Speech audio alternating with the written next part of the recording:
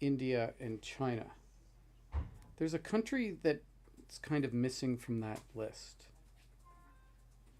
Russia, Yeah. yeah. Right now, I don't think they have the ability to do anything as far as that extensive of a program. Right. So I guess I didn't mention them because I don't see them actually in the running unless something would really change in the next couple of years. I don't really see them in the running. And if the relationship between the U.S. and Russia, as far as space exploration, doesn't get any better, uh, I don't foresee them being part of the Artemis program as well. But things can change. Think things can change. Administrations can change. When we Yeah. can hope, I think, because I think it's important, that we have multiple. We I don't think a single country should be trying to do this on their own. I think, to advance that next step, it has to And make be. it harder to cancel. It would make it harder to cancel if it was like a multi-country thing, and it's probably good when people play nice together. Yeah. Yes, So exactly. so what are the challenges of it? So if we get to the moon and we're on the moon for a longer period of time, what are the challenges we have? What are the challenges they have, the people on the moon?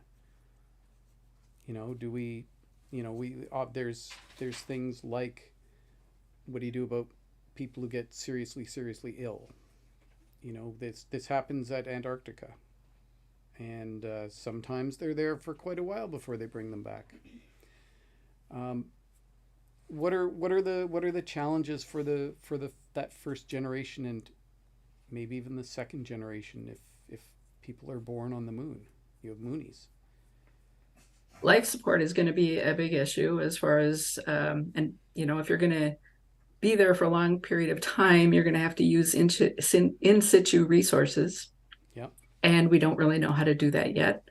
We should use in situ resources to build the lunar bases and, um, create oxygen. Hopefully, there's the ice under the surface that it appears to be that we have a lot of ice under the in craters on the lunar poles. So that would be really helpful if that actually came to fruition. But still, there's a lot of technology development that has to happen before we can consider being there on the moon, on the lunar surface for a long period of time. And I think there's even things that we haven't thought of yet that we're going to need to develop. And I see life support as a really a big challenge. Life support and having a safe habitat. There, the moon experiences micrometeorite hits all the time, Yep. and we're going to have to be either subsurface or have something really really strong to withstand those hits. So yeah, those are the two big things that I see. Transportation is another one. How are we going to get around on the moon? And uh, bringing all the supplies to the surface that we're going to need. It just seems like a really huge task to attempt right now at the stage that we're at. So I think it's going to be a while till we are actually staying on the lunar surface for long periods of time. Do you think it's going to be like the ISS in the early days, where it was occupied, then it was not for a little bit, and then occupied, and then not, and then it'll eventually transition to being Yeah, continuously? that's probably a good model, and I think yeah, you're not going to just leave people on the moon for long periods of time without testing a lot of things first. And so yeah, I think that would be a good model to follow, to have short stints on the moon, see how everything works, and see how everything holds up when people aren't there as well, and just see how it goes. So, I uh, think fuel will be really important to staying So we're Yes. going to need to find a lander architecture that uses resources that the moon can make. Yep. Yeah, I mean, Which is not Starship. Starship uses methane. what was that, Eric? The Starship uses methane, which you can't make out of the moon No, resources. So we're going to need to, for the sustainable lander, not the return lander, going to need to make something out of hydrogen, which other people have proposed, and NASA's working on contracts for just such a thing, like the Blue Origin lander, which people criticize because they haven't put anything into space yet. But I'm a big fan I, of the Blue Origin design. yeah, I think it looks nice. Yes. so we've got the physical things we need to live on the moon. We need shelter, we need energy, we need oxygen, we need water. We need a way to get the stuff to the moon. What about the social side of it?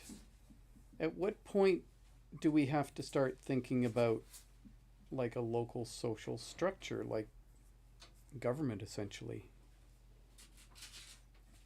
Well, that's not going to happen until there's More Permanent? than like a more than, dozen. yeah, more than a crew on board, or Obviously, yeah. on the surface. So I don't think that's something we need to really worry about at this point. I think our biggest thing is this psychological issues, as far as, if you're going to stay on the lunar surface for a long time, how does that affect people's psyche and their ability to interact with others and get along with others? It's going to be a big issue.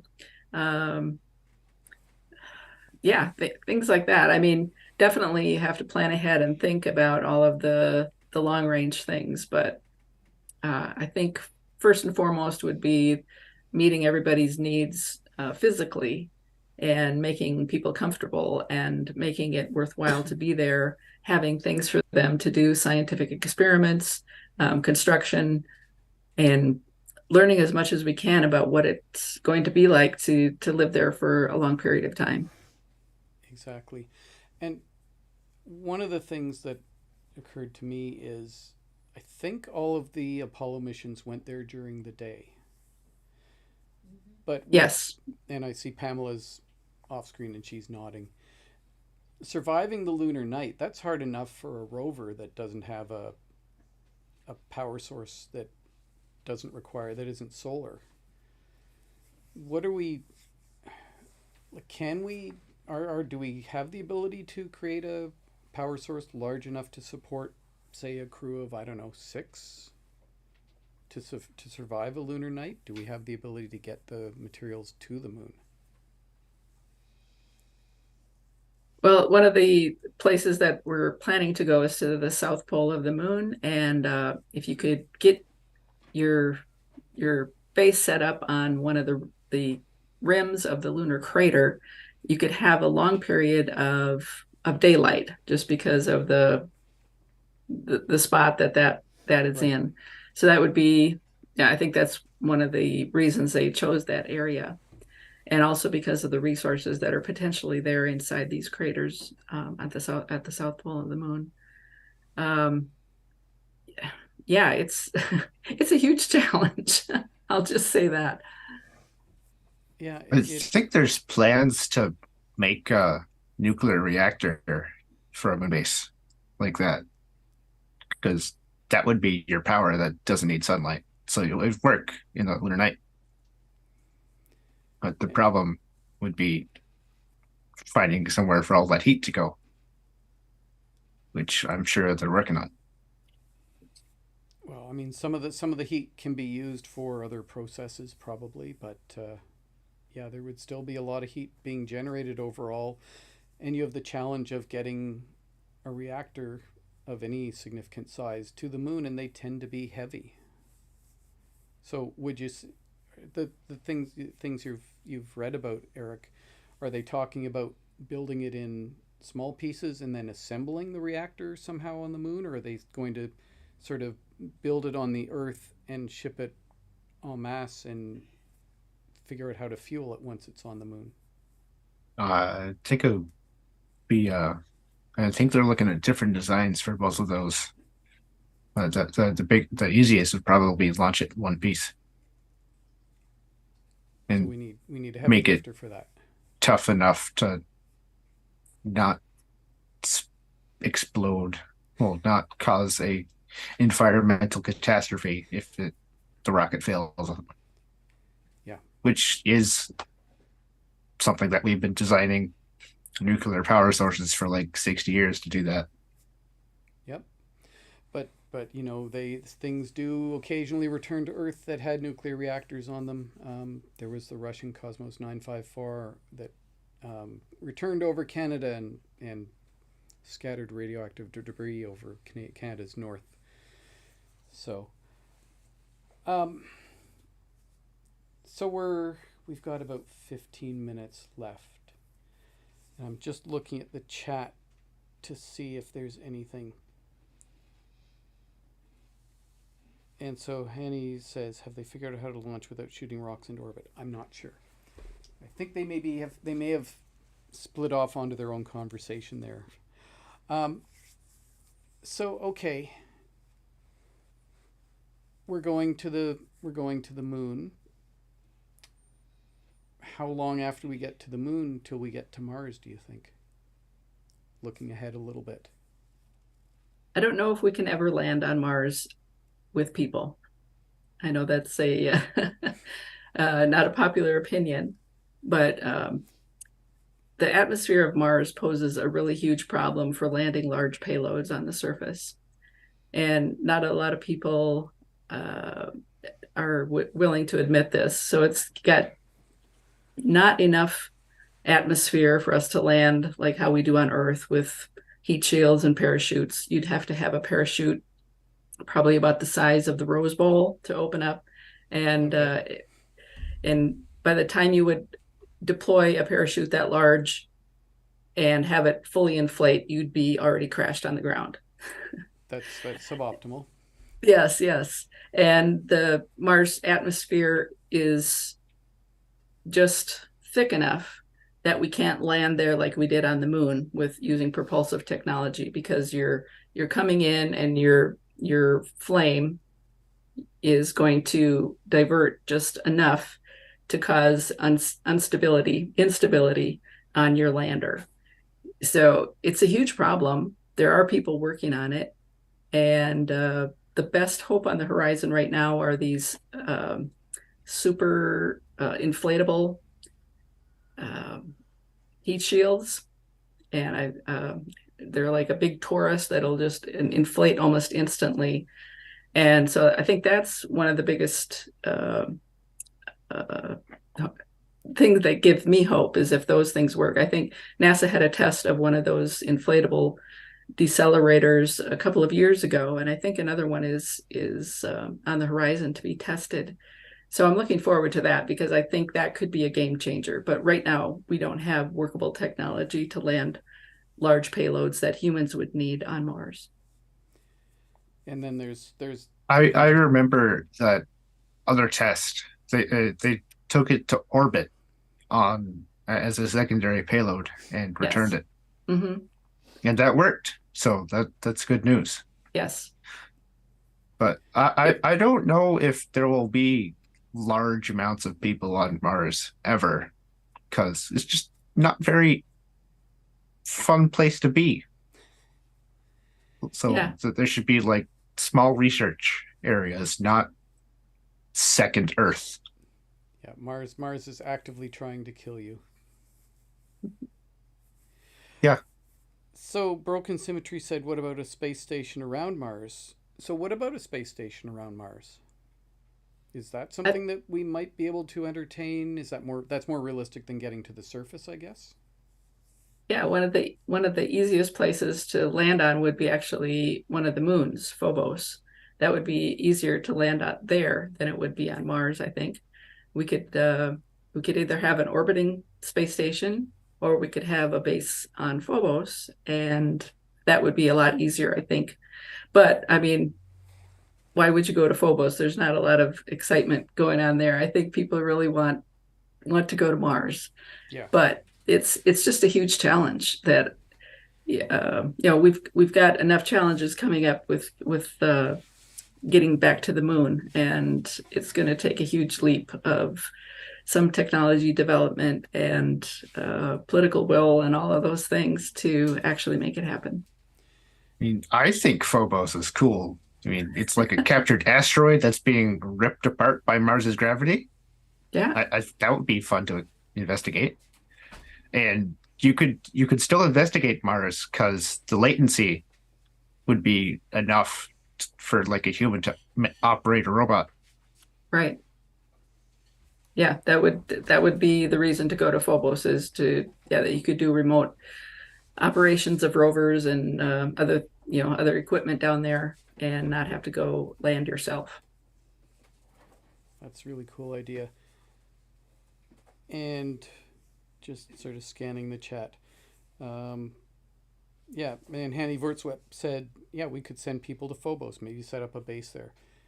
Yeah, it would be a convenient place to sort of stage and operate things on the surface in effectively real time. I don't recall what the orbit of Phobos is, but it's probably an under a second return trip, is it? That's my understanding. Yeah. Yeah.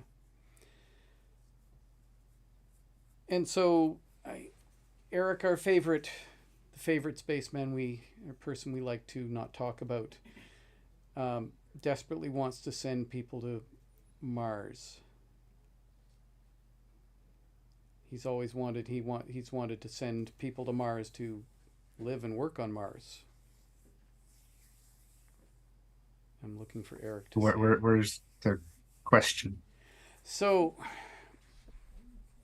um, yeah, I had my question then. It just completely evaporated. Um, so the challenges and the ethics of sending those people on a one-way mission, because going to the moon is not a one-way mission. Going to Mars, probably a one-way mission. I mean, how do we If not a reconcile? one way, they'd have to be there for a long period of time. Either really long or really short, Yeah. which was how the orbits work. Yeah, yeah, but it's a long trip to get to Mars, even when Mars is close by. Henny Wurzwep says there's a lot of infrastructure needed before people can work on Mars. Yeah, there's a lot of infrastructure that's needed for them to work on the moon, and so they've started working on that. They're talking about one of the fundamental things is what time is it on the moon. Trying to coordinate that. I think Pamela did an article about it in Escape Velocity Space News a few weeks ago, a couple months ago. Um, and this is promoting international cooperation, which is needed for something like this. What do we do? What do we do if we have someone who doesn't want to?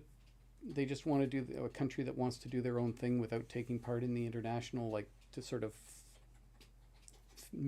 fit themselves into this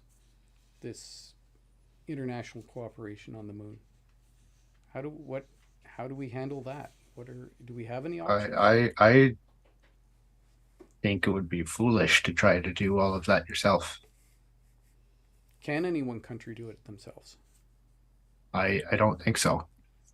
It would be a huge undertaking that would not be, one country couldn't do that. Unless they spent a lot of money. Not sustainably anyway. I mean, you could do the once and done, but yeah, to continue to send missions to the moon and set up a base or have long-term missions there, yeah, I think it's going to be really difficult for one country to do it. Yeah, I think that sums it up. I mean, it's really saying that for humans to go to the moon, that we need to set aside some things, and we need to agree to work collaboratively and working beyond, sort of almost beyond the national level. Right. And in a way, I almost think there's going to have to be some I don't know, catastrophe or something that would really spur long-term bases exploration of the moon or Mars. Something bad happening on Earth, something, I mean, hopefully, what spurred the Apollo program and Russia's moon program was the Cold War.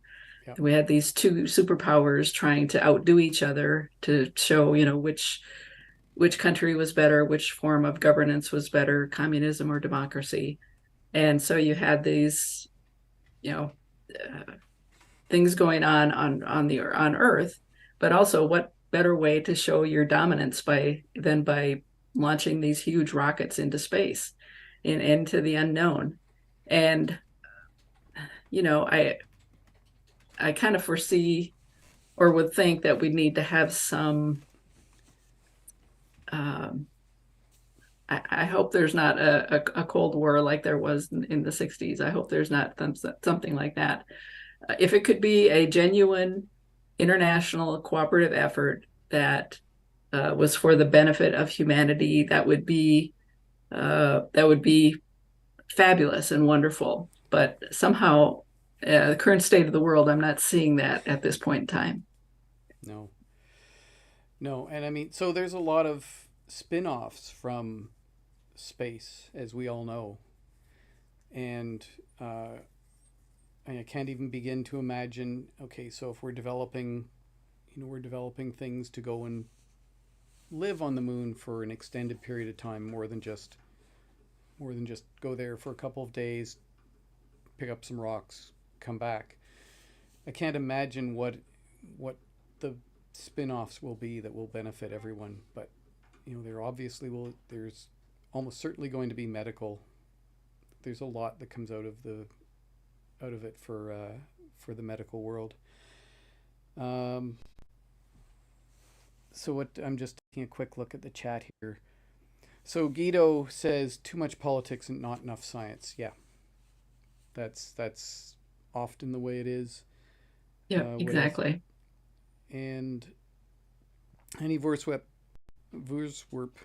sorry Henny, says if we go step by step, we can eventually get there. It'll just take a lot of time, but we'll learn a lot along the way. Yeah, absolutely right. And he says, I'm just thinking about all of the life support stuff we're going to need to do to build that. That'll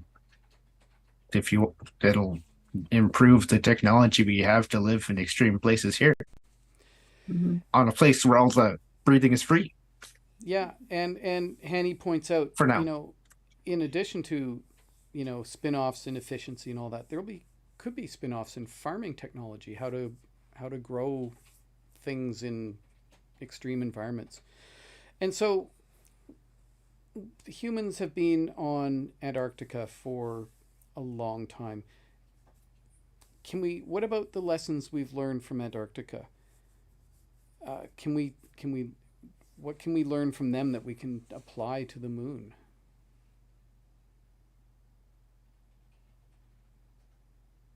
Yeah, probably the social interactions between people stuck together in one place for a long period of time. I know there's been lots of studies done on the people living in Antarctica. So, but I think there's just a long way to go.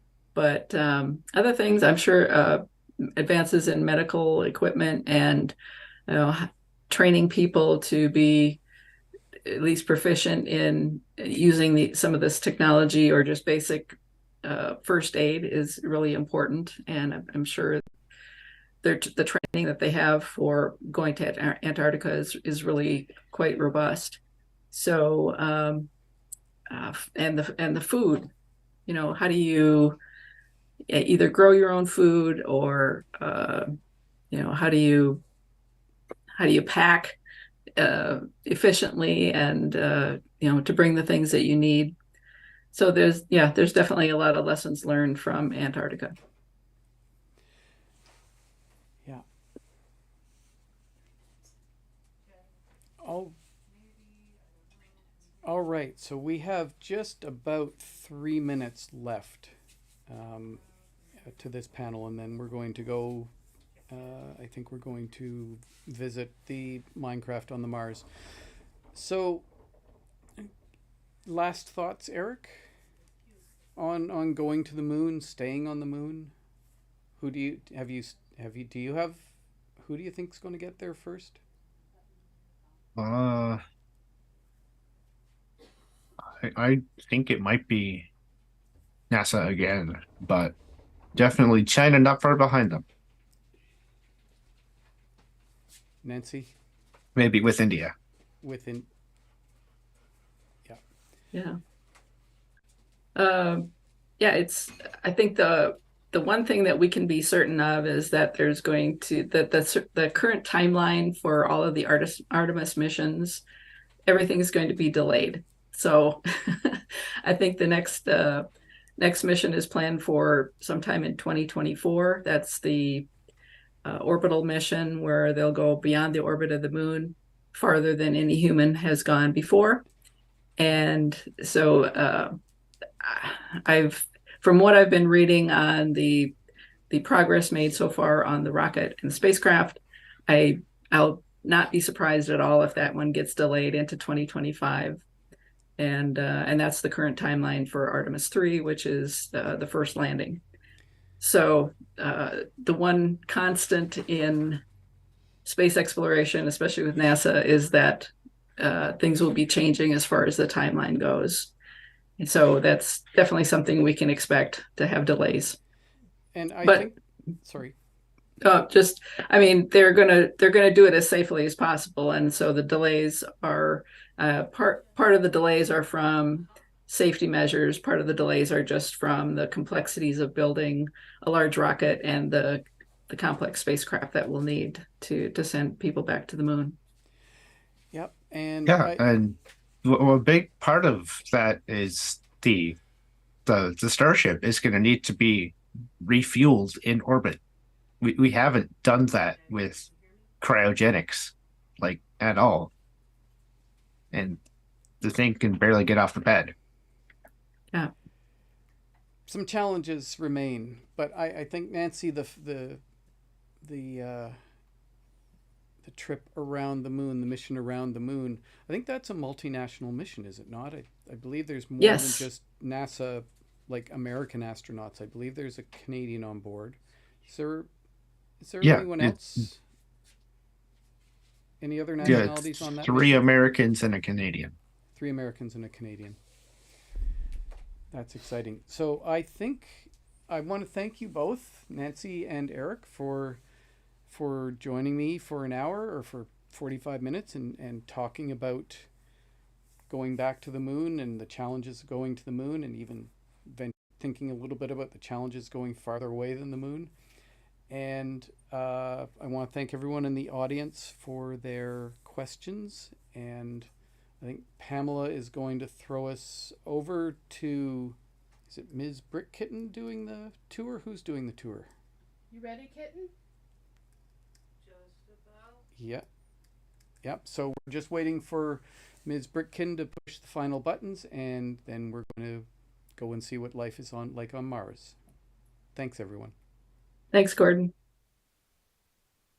Can you see my screen? All right. I am logging in because logging is thing. And do we have anyone on the server? We do have people on the server. All right. So I am here at the landing pad of the Mars base. And I'm just looking around. We have the landing rocket that we came in on. We have this little bunker thing that I built first day. It's a matter of just, hey, here's plants and stuff that we're experimenting. Maybe they came from here. Maybe they came from Earth. Who knows? It's something cool. We have coral blocks that are still alive, and they're on a table. How does that happen? Well, these over here are dead. Well, half slabs and waterlogged half slabs are very useful. All right, now we have a crane that is assembling the finishing touches of the greenhouse building the Biological Research Center, whatever we want to call it. And then we have this cool little dome building with looks like 8 connections and everything there. And we have a solar farm going up. Not as efficient as it would be on the planet Earth, but definitely would be something to be used. Let's go inside an airlock. And looks like we are studying minerals and rocks. We've got all of the fun little things being examined. Portable tables, note blocks, chests for everything. And this is a cool little like research center hub. This looks like, all right, where are people? Let's see if we can find somebody and see where they're building. We have the real fake admin overlooking what looks like a mine being built, a bore shaft. And if we fly over here, we have another greenhouse. And it looks like we're planting corn, cocoa and glowberries and all of the foods that will make life easier to eat on Mars. And we have a library. Glad we have airlocks installed because it's not good to not have airlocks. And looks like we have a satellite dish for communications. Always good to be able to talk to home and get that good, sweet internet access. Granted, I wonder how much lag there would be. Looks like we have another, this is a garden plot. And looks like we have pretty little flowers growing. Probably something so our people can just go and enjoy and relax from all of the science and research and mining and expeditions that they run around and take care of. And we have Thieping building something here. Hi, Thieping. Good to see you. And this looks like a building that's going up. And what's inside this one? Have a sloth chick. Just putting things together. Bone blocks. Always love the sound that the bone blocks make when you place them. It's a lot of fun. Dunk, dunk. And, oh no, there's no button.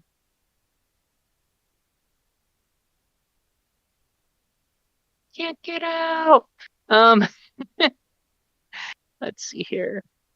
I hit the right buttons. Let's put a button here and let's get out. All right. And it looks like we're just kind of building away. We have a tank here. Future home, aquarium, and research center. It looks like going to have fishies. And one of the food sources that is definitely a possibility for space travel, tilapia or some kind of fish that's easy to breed. You can put them in and they're not as negatively affected by the low gravity as other creatures. So fish might be a great food source when you take it out into space to go ahead and do all of the neat things that we want to do in space. Get some exploration going. And we have a borehole here going down. Looks like we're finding minerals. Oh, wow. Coal on Mars. That must mean there might have been life there. Yay! All right. Looks like, ooh, we have another building set into the side of the cliff here.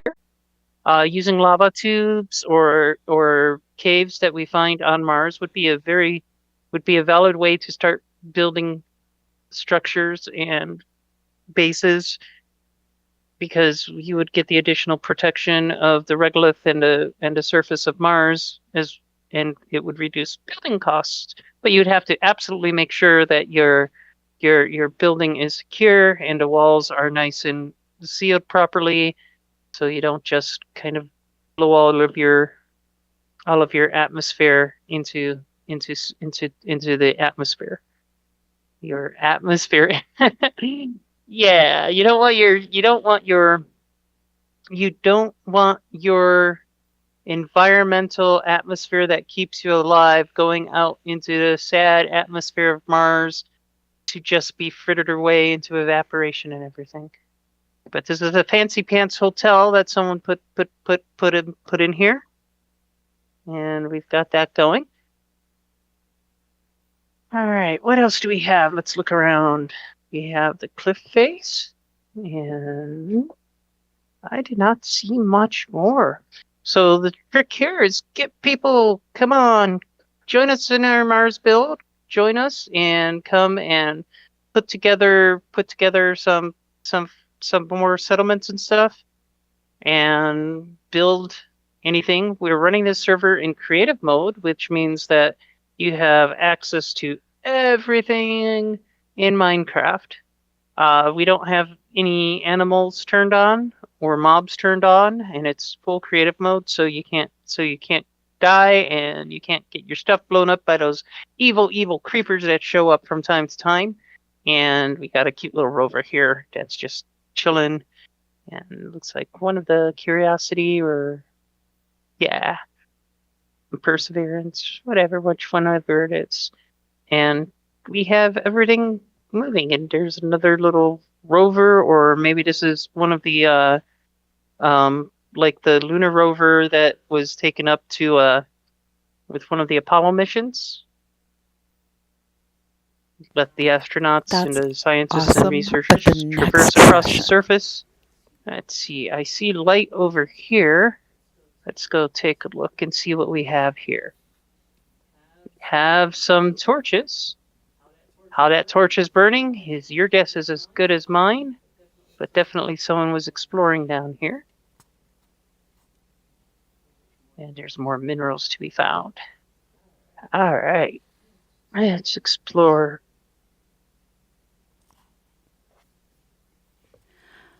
So there's a lot to be done. There's a lot to just come in and have fun and see what you can build. So this is Let going your to be a imagination and your cast. creativity We run have someone wild. finishing up If you a landed on Mars and you were Minecraft said tour build a right base, now, what would you build? How would you build and it? then I'm so glad Would you you can dig share that in the next underground section. like Can you the hear me, Fancy Fraser? Pants Hotel? Would you put up the bubble domes like the builds out here, or the little Quonset that houses the plants that we're examining? How would you build your habitat, and what would you include to make sure that you could survive and have fun and do the research that would make us make science advance? Because that's the idea here: is you get onto Mars and you go and survive, and you learn as much as we can about our solar system and about everything else that we want to learn about.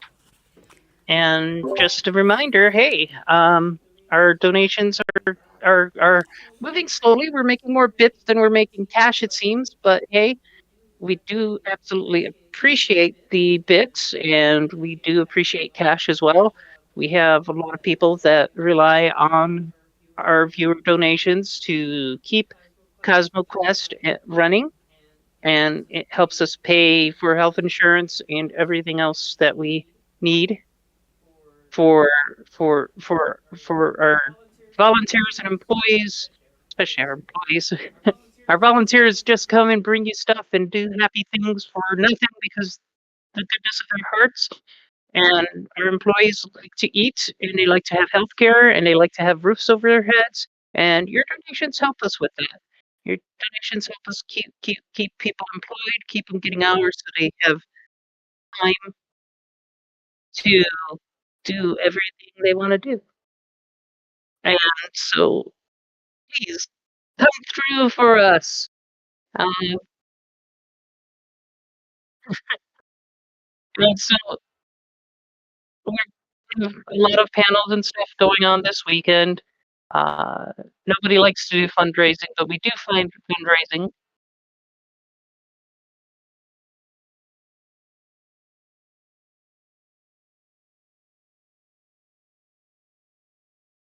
One. Okay. That was a really weird transition, everyone. Apologies. We're still trying to figure out the details of how we do some of this. Now, before I